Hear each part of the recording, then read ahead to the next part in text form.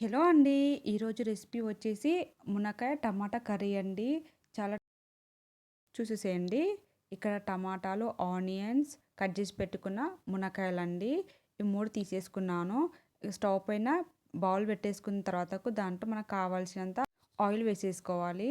మన కర్రీ ఎంత కావాలో అంతవరకే వేసుకోవాలండి. ఎక్కువ వేసుకోవద్దు. ఆ తర్వాతకు ఇక్కడ జీలకర్ర వేసుకున్నాను.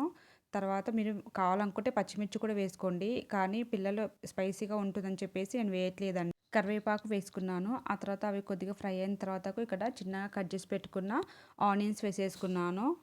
ఇవి నీట్‌గా కలుపుకోవాలి. కలుపుకున్న తర్వాతకు మనం ఒక 2 మినిట్స్ అలా ఉడికించాలి. ఉడికిన తర్వాతకు చూడండి ఇలా ఉడికిపోయాయి. ఒకసారి మళ్ళీ కలుపుకోవాలి. కలుపుకున్న తర్వాతకు నేను దీంట్లో చిన్నగా ముక్కలుగా కట్ చేసి పెట్టుకున్న టమాటాలు వేసేసుకోనండి.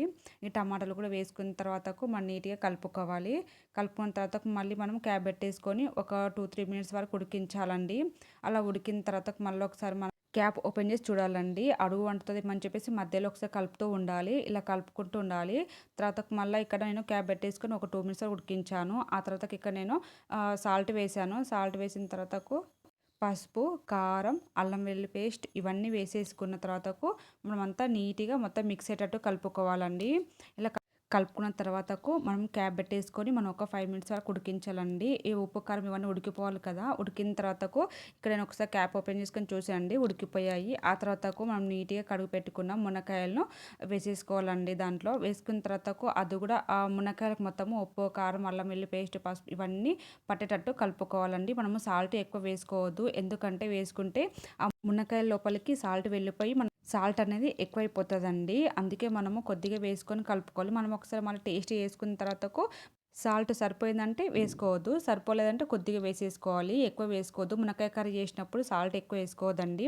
ఆ తర్వాత నీట్‌గా కలుపుకున్న తర్వాత క్యాప్ పెట్టేసుకొని నేను ఒక 3 మినిట్స్ వరకు అలా ఉడికించానండి. ఉడికిన తర్వాత ఒకసారి మనం మధ్యలో కలపాలి చూడండి. మనకి మునక్కాయ ఉడికేంత వరకు మనం ఉడికించుకోవాలి. నేను దాంట్లో ఒక చిన్న గ్లాస్ వాటర్ పోసానండి.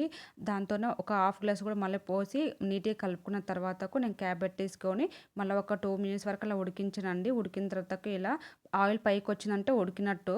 కానీ ఇంకా నాకు మునక్కాయ కొద్దిగా ఉడకలేదు అనిపించిందండి. అందుకే నేను 1 మినిట్ వరకు మళ్ళీ ఉడికించాను. ఆ తర్వాతకి ఇక్కడ ఉడికిన తర్వాతకు మళ్ళీ మునక్కాయ ఉడికిందా లేదో ఒకసారి చెక్ చేసుకోవాలని చూడండి. ఇలా చెక్ చేసిన తర్వాత మునక్కాయ ఉడికిపోయిందండి. ఇప్పుడు దీంట్లో నేను ధనియా పౌడర్, జీలకర్ర పౌడర్ వేసుకొని నీట్‌గా కలుపుకొని క్యాప్ పెట్టేసుకొని మళ్ళీ ఒక 1 మినిట్ వరకు ఉడికించాలండి. ఇక్కడ స్కిప్ అయినట్టుందండి.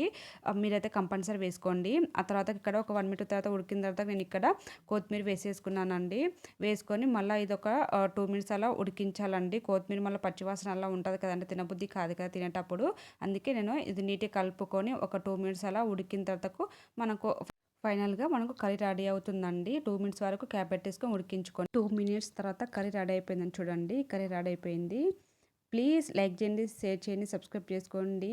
పక్కన బెల్ ఐకాన్ క్లిక్ చేయండి. Thank you for watching.